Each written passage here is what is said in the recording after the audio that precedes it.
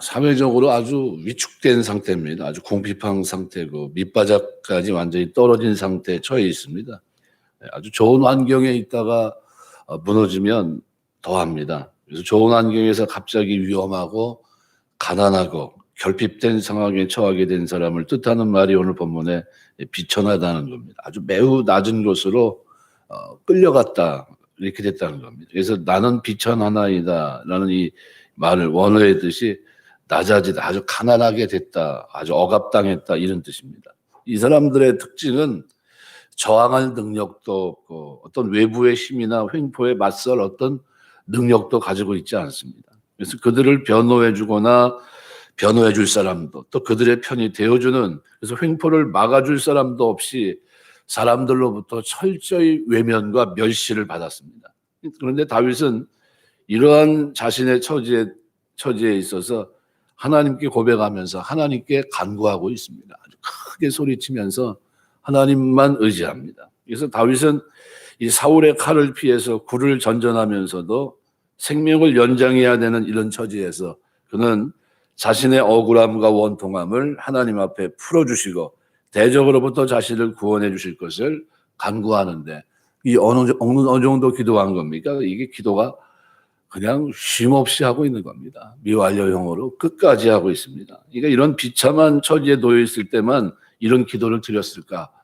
그때만 그랬나? 그게 아닙니다. 전 인생을 통해서 한 번도 하나님 앞에서 자신의 모습이 이처럼 비참한 자리에 놓여 있음을 잊어본 적이 없는 사람, 그 사람이 바로 다윗입니다. 우리가 보통 개구리적 생각, 올챙이적 생각 못한다, 개구리가 되더니 사람이 좀 달라졌네, 그런데 왕이 됐는데도 달라지지 않습니다.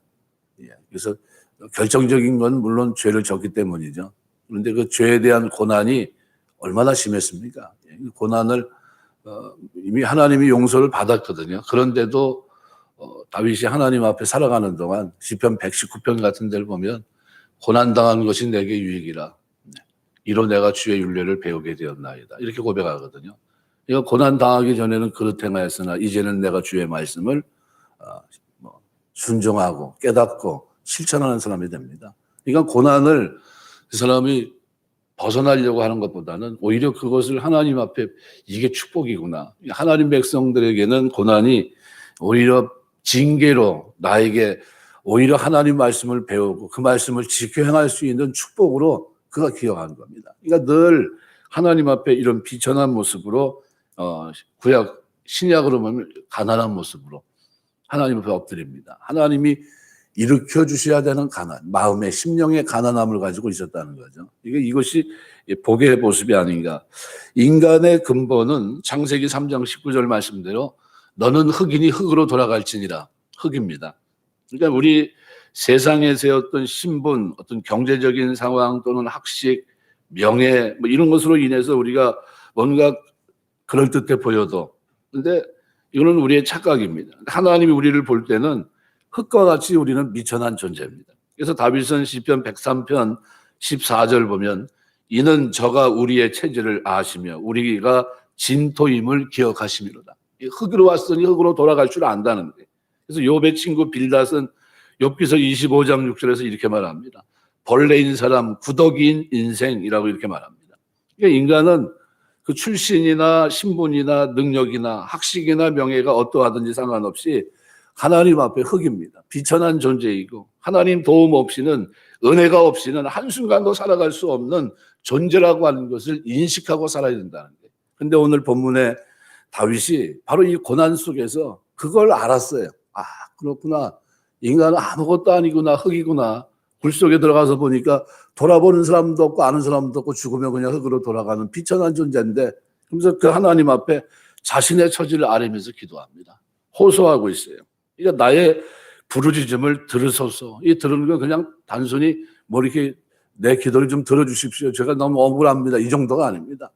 이건 아주 집중해서 들어달라는 거예요. 아주 주의를 집중해서 들어달라, 이런 내용입니다. 그래서 오늘 6절 상반절에 보면 나의 부르짖음을 들으소서, 나는 심히 비천하니이다. 이것이 다윗의 신앙의 자세입니다. 나를 핍박하는 자들에게서 나를 건지소서, 그들은 나보다 강합니다. 그래서 이런 것을 깨닫게 됐을 때 하나님의 구원을 소망하게 되고 예수 그리스도만이 우리의 구주가 되심을 깨닫게 됩니다. 어떤 순간에도 자만하지 않고 겸손히 하나님의 은혜를 구하게 되고 하나님을 간절히 찾는 자가 될 수 있습니다. 그래서 우리가 조금 편안해진다고 해서 기도 생활이 끊어지고 이런 건 말이 안 되는 겁니다. 우리가 어떤 상황 속에 있어도 하나님 앞에 이 자세가 무너지지 않게 되시길 주의 이름으로 축원합니다. 운동하면서 사람들이 그럽니다. 아유, 이거 자세가 무너졌다고. 그러면 이거 운동 이제 골프 치시는 분들이잖아요. 골프는 멘탈이야. 그렇게 얘기해요. 멘탈이라고. 정신력이 중요하다고. 하도 오랜만에 가서 치는 사람들은 정신력이 뭐고 안 되더라고요. 그런데 대부분 어때요? 몸에 배 있는 사람들은 그 멘탈이 되게 강합니다. 정신력이. 그래서 우리 신앙생활엔 그리스도인들도 하나님 앞에 신앙생활할 때 멘탈이 강해야 됩니다. 멘탈이 뭡니까? 내가 누군가 하는 정체성이 하나님의 도움 없이는 결코 일어설 수 없는 비천한 인생이다. 이걸 깨닫는 겁니다. 시편 22편 6절 보면 나는 벌레요 사람이 아니라 사람의 회방거리여 백성의 조롱거리니이다. 야고보서 4장 6절 말씀대로 하나님이 교만한 자를 물리치시고 겸손한 자에게 은혜를 주신다 하였느니라. 누가 뭐라고 해도 내 존재를 알고 하나님 앞에 겸손히 무릎 꿇고 있으면 이것 자체가 복입니다. 그래서 6절 하반절에 나를 핍박하는 자들에게서 나를 건지소서 그들은 나보다 강하니이다.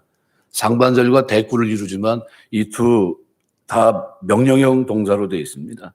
왜냐하면 뭐뭐 때문이다라는 뜻을 지니고 있는 접속사 키를 통해 이끄는 문장입니다. 그래서 이러한 구문은 반드시 기도에 응답해 주어야 된다는 당위성을 강조하고 있는 거예요. 하나님, 내가 지금 뭐 하고 있어요?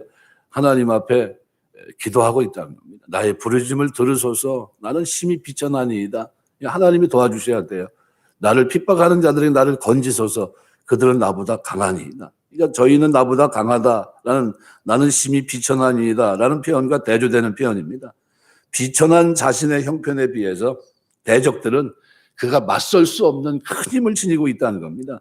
시인은 더 절박하게 하나님을 향해 구원과 돌보심을 간구합니다. 나를 핍박하는 자에게서, 그러니까 여기 분사형으로 되어 있습니다. 추격하는 거예요. 계속 쫓아오는데 어떻게 해요? 지속적으로 집요하게 혹독하게 박해를 가하고 있는 겁니다. 근데 이게 사울이 다윗을 경계하고 그를 이제 시기하면서 시작된 이 핍박이 사무엘상 18장 7절 8절부터 시작이 되는데 죽는 날까지 한시도 쉬는 날이 없었어요. 시작하자마자 끝날 때까지, 자기 죽을 때까지 다윗을 잡아 죽여야 되겠다는 시도를 쉬지 않았습니다. 이게 뭡니까? 여기서 분사형으로 써놓은 겁니다. 나를 핍박하는 자에게서 끊임없이 나를 어떻게 힘들게 합니다. 그래서 시인은 바로 이것을 하나님께 고발하면서 자신이 감당할 수 없는 큰 힘을 이었다는 거예요. 구스라는 사람을 앞세워서 1000명 정도 붙여가지고 지금 쫓아다니고 있다 생각해 보십시오. 강원도만한 땅에서 도망갈 데가 어디 있습니까? 아주 힘들죠. 그러다 오죽했으면 망명까지 했겠어요. 근데 그 망명했던 다윗을 어떻게 해요? 하나님의 능력을 깨닫게 하시고 돌아오게 합니다. 그리고 유다의 왕으로 세우세요. 그리고 왕만 세우는 겁니까? 아니, 북이스라엘까지도 그냥 한 번에 왕 세우면 확 좋을 텐데, 통일된 왕국으로. 그런데 북이스라엘과 나중에 몇 년간, 한 7년 정도 있다가 나중에 통합 왕이 되게 하십니다. 왜 그랬을까요? 하나님이 사람이 잘 변하지 않는 걸 아십니다. 그래서 그걸 어떻게 해요? 우리가 땅을 단단하게 굳힌다고 하십니다. 이게 다윗의 신앙이 진짜 견고하게 뿌리내릴 수 있도록 흔들림이 없도록 이 땅에 오신 그리스도의 예표거든요. 그러니까 그 신앙이 어떻게 변함없는 신앙이 되게 하기 위해서 하나님이 어떻게 천천히 이루신 거예요. 천천히. 그래서 우리가 하나님의 일들은 우리가 생각하는 것만큼 빨리 이루어지지 않습니다. 그 이유는 사람이 변하는데 시간이 오래 걸립니다. 틀이 잡히는데 오래 걸려요. 우리 그래서 무너지는 건 쉬워도 세우는 건 되게 어렵습니다. 그래서 다윗은 하나님께서 자신을 이 옥에서 끌어낼 줄 믿고 물론 방법도 모르고 시기도 모르고 그죠? 이게 언제쯤 끝날까 잘 모릅니다. 근데 하나님께서는 결코 다윗을 멸시하지 않고 바로 갚아주실 것이라는 믿음이 그에게 있었습니다. 하나님은 신실하신 분이에요. 그래서 그것을 알았기 때문에 다윗이 오늘 본문 142편에서 7절에서 이렇게 말합니다. 내 영혼을 옥에서 이끌어내사 주의 이름을 감사하게 하소서. 네, 감사.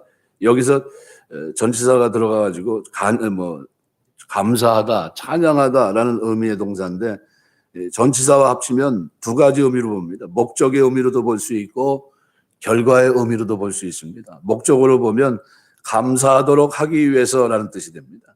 주의 이름에 감사하도록 하기 위해서. 그러니까 여호와께서 자신의 영혼을 공경한 상황에서 이끌어내시면 다름 아닌 여호와 이름을 예배하며 그분께 감사하기 위함이다. 그것을 나타내는 문장이 되는 거고, 결과의 의미로 본다면 여호와께서 자신을 옥에서 이끌어내시면 자신은 하나님의 이름을 감사하겠다, 이런 의미입니다. 두 개 뭘 써도 상관이 없습니다. 어떤 의미로 보든 본문은 구원받은 이후 상황을 염두에 두고 있다는 것만은 분명합니다. 하나님이 나를 반드시 구원한다는 이 생각은 변함이 없어요. 그러니까 감옥에 갇힌 것 같은 암울한 상황에서도 그는 뭘 믿고 있습니까? 하나님의 구원을 확신하고 있어요. 아무도 돌아보지 않는데, 비천한데도 하나님이 자신을 건질 거다. 그래서 그로 인해 하나님께 감사드리며 찬양하는 날이 오게 되기를 염원하고 간구하고 있는 겁니다. 그래서 7절 하반절에는 주께서 나에게 갚아주시리니 의인들이 나를 두르리이다. 원문은 의인들이 나를 두르게 될 것이다. 이게 문장 앞에 나와 있습니다. 그러니까 의인의 무리에 합류하게 될 것이라는 자신의 확신이 강조되고 있습니다. 지금은 도망다니고 있지만 의인의 이 대열에 합류한다는 게 뭡니까? 예배자리예요. 예배자리 회복되는 걸 말합니다. 여러분, 그 다윗이 압살롬의 반란으로 도망가면서도 뭘 생각합니까? 다시 돌아가서 성전에서 예배드리고 안식일을 지키고 기도하고, 그걸 성전을 백성들과 함께 올라가서 하나님을 찬송하고 예배했던 그것이 회복되기를 기도했거든요. 그러면서 저들의 도모가 무너지게 해달라고 얘기를 합니다. 그 나이에, 그 절박한 상황에도. 근데 그게 그대로 이루어집니다. 그래서 여기 의인들이 나를 두르리이다, 이것이 앞에 나와 있고, 나에게, 그죠? 의인이 두른 대상이 바로 누구냐면 바로 나입니다. 이 두른다는 말은 호의적으로 둘러싸다는 겁니다. 그래서 사람들이 주변에 몰려드는 걸 말합니다. 지금은 쫓겨다니는 신세지만 하나님이 자신에게 갚아주시면 의인들과 교제 가운데로 이끌림 받게 될 것을 확신하고 있는 겁니다. 주께서 나에게 갚아주시리니, 그러니까 의인이 자신을 두르는 이유가 하나님께서 자신을 어떻게 갚아주셨기 때문이라는 겁니다. 여러분, 우리가 살아가는 동안 하나님이 이 갚아주시는 은혜가 있게 되시길 주의 이름으로 축원합니다. 그러면 이 히스기야가 하나님 앞에 살아가잖아요. 살아가는데 살다 보니까 질병에 걸렸어요. 암입니다. 요즘으로 말하면 불치병이에요. 방법이 없어요. 근데 엎드려서 뭐라고 기도합니까? 내가 주 앞에서 행한 옛적 일을 추억하옵소서. 주 앞에서 어떻게 살아갔습니까? 히스기야는 다른 왕과 틀리 하나님 경외하고 살아갑니다. 그때 하나님이 어떻게 해요? 그를 건지세요. 그의 모든 상황에서. 그래서 여기 갚아주신다는 까말이라는 히브리 말이 보상한다, 이롭게 한다는 뜻입니다. 잠언 11장 17절이나 신명기 32장 6절 말씀 이겁니다. 그러니까 시인은 하나님께서 자신을 이롭게 하시고 과거의 고난을 보상하기 위해서 은혜를 베푸실 것이라는 확신을 필요한 겁니다. 상주심을 바라봤다는 거예요. 신약으로 보면. 여러분, 우리가 살아가는 동안 우리가 선을 행하고 낙심하지 말면 반드시 하나님께서 어떻게 해요? 거두게 하시는 날이 있는 겁니다. 다윗이 무수한 고난과 불의한 자들로부터 납득이 되지 않는 박해를 받으면서도 이것을 이겨낸 것은 현재 자신이 당하는 고난에 피할 바 없는 보상으로 갚아주시는 하나님을 봤기 때문에, 그 하나님이 내가 억울하게 지금 당하고 있지만, 그렇지만 그 하나님이 나를 어떻게 반드시 선으로 갚아주실 것이다. 그래서 까말이라는 이 단어를 통해서 하나님을 어떻게 믿고 있었습니까? 하나님은 내 환경을 아시고 구원하실 수 있을 뿐만 아니라 그리고 갚아주시는 분이다. 내가 눈물 흘린 것도 하나님은 외면치 않을 것이다. 그래서 저는 그 시편 9절 가운데 내 눈물을 눈물병에 담으소서라는 이 구절이 너무 진짜 와닿습니다. 이게 진짜 이 사람 진짜 신앙인이 이런 거구나 하는 걸 느낍니다. 말씀 맺겠습니다. 하나님이 이 기도를 들으시고 역사하셔서 사울을 핍박하시고 죽이시는데 어떻게 죽였습니까? 블레셋 군대를 동원해서 사울과 아들들을 함께 죽게 하신 하나님께서는 다윗으로 하여금 망명 생활을 끝나게 하고 유다 왕이 되게 하시고, 그런데 바로 모든 걸 결정짓지 않고 7년이라는 세월을 또 기다렸다가 북이스라엘 왕위에 오르는 이런 일을 하나님이 진행하십니다. 우리가 생각하는 것만큼 빠르게 진행되지 않았습니다. 시간이 걸립니다. 그런데도 뭐 어떤 자세는 바뀌지 않았을까요? 예, 오늘 하나님 앞에 나아가는 그 자세는 바뀌지 않았어요. 나의 부르짖음을 들으소서 나는 비천하니이다. 이 자세는 바뀌지 않았습니다. 그것은 다윗의 신앙의 자세입니다. 늘 그가 하나님 앞에 엎드려 기도하는, 그래서 내 영혼을 옥에서 이끌어내사 주의 이름에 감사하게 하소서. 이거는 우리가 하나님 앞에 드려야 될 아름다운 기도입니다. 그래서 하나님, 내가 환경은 이렇지만 지금은 좀 어디요? 갇혀 있는 것 같지만 그러나 하나님이 갚아주시는 날이 있을 줄 믿습니다. 그리고 어떻게 끝까지 소망을 잃어버리지 않고 나아가는 다윗의 모습을 봅니다. 우리가 주님 섬기면서 사는 동안 진짜 어떤 상황을 만난다 할지라도 하나님 앞의 자세는 가난한 모습이에요. 하나님, 저는 흙입니다. 흙으로 돌아갈 진토에 불과합니다. 하나님의 은혜가 아니면 안 됩니다. 하나님, 나를 붙잡아 주옵소서. 그리고 내가 당하는 이 고난, 옥과 같은 환경도 하나님이 반드시 내가 믿음을 지키는 한 지켜주실 줄 믿습니다. 그리고 회복의 은혜도 주시옵소서. 이렇게 기도하면서 나아갈 때 하나님은 오늘 본문에 기록한 대로 의인들이 나를 두르리이다. 의인들이 나를 어떻게 해요? 환영하고 맞이하고 함께하고. 맞아, 당신이 맞았어. 지난날 보니까 내가 착각했을 뿐이지 진짜 당신의 그 신앙의 틀이나 기도 생활이나 하나님을 향한 태도나 모든 게 맞아. 그러면서 어떻게 해요? 이제는 검증이 된다는 겁니다. 저게 올바른 신앙이구나. 그거를 이제 깨닫게 된다는 게, 오늘 우리가 하나님 앞에 살아가는 동안 이런 진실한 신앙인으로 주 앞에 서게 될 수 있는 저와 여러분이 다 되시길 주의 이름으로 축원합니다. 기도하겠습니다.